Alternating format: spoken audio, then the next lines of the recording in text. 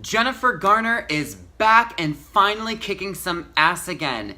Even if it isn't in the best possible way, I'll take whatever I can get. I am here to review Peppermint, but before I do, I just want to acknowledge all the hate that I see behind this film, like with the Rotten Tomatoes score alone from the critic standpoint. I mean, I can't believe that this movie is in the teens. I'm not saying that it deserves to be certified fresh, but to be so hated by so many critics, it was kind of astounding to me because I'm sitting here saying that I do not think the movie is that bad. In fact, I think this movie is actually pretty good. It's not perfect, but we'll dive into that.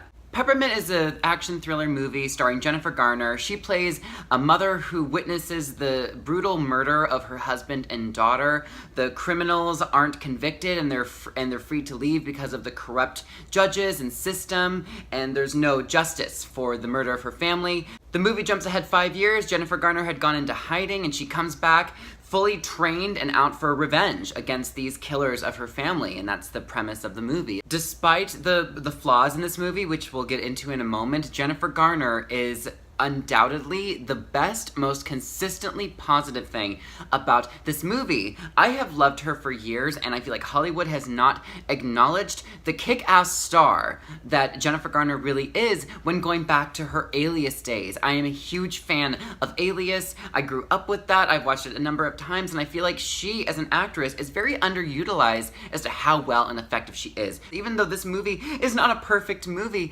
she is so fantastic. I don't have any qualm with her performance. She had moments where she actually was a little bit funny, but you got to see her heartfelt side, especially with her family, but the majority of the film is her really bringing the heat. She was a force to be reckoned with, and she, oh my god, it was brutal, it was amazing. Now, as we segue over to the story, that is, you know, the biggest misstep in this film. It definitely isn't a perfect story. I felt like there were some narrative pieces that were definitely missing, or they were cut in the editing room, and I couldn't tell which way, but there are certain areas that I wish we would have seen or would have been told or elaborated upon more to help give this film, you know, a little bit more meat and something more satisfying to see.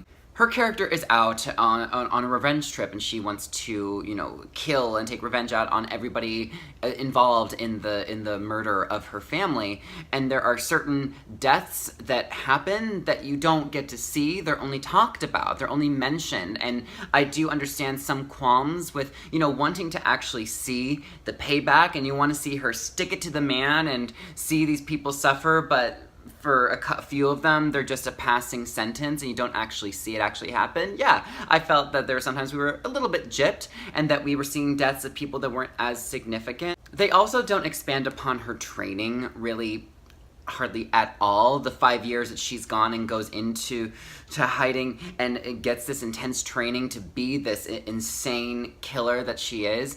I wish they would have delved further into that. Despite the missing plot points, I do feel that the acting was good overall for the most part. I felt like some of the villainous characters were pretty cheesy and pretty two-dimensional, or very like we've seen that mob boss 5,500 other times on television shows or movies, not very original characters. So there are some campy dialogues with some of the bad guys, if you will, and even some of the cops. I will say when we are zeroing in on the action scenes with Jennifer Garner, and it gets pretty brutal and it gets very violent, but they are really juicy. There are so many parts throughout the movie that I was literally verbally saying, oh, fuck yeah, or like, yeah, get him, yeah! Like I did that so many times. So I do give them props that the action set pieces and the more violent scenes and badassery moments that they present us with her, they were good, they were fun, and I really got into it.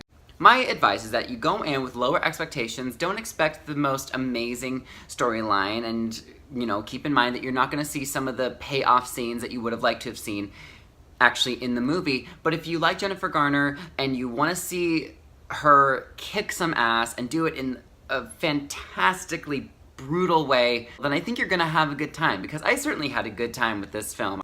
Overall, Peppermint was not a perfect film. It had some narrative flaws, but Jennifer Garner really did carry this movie. She was the best part. She was so great. She was everything that I was hoping she was going to be. I'm going to give Peppermint a B. And that's my review. Thank you for watching, everyone, and until next time, I'm Ryan Boehme, signing off. Bye, everyone.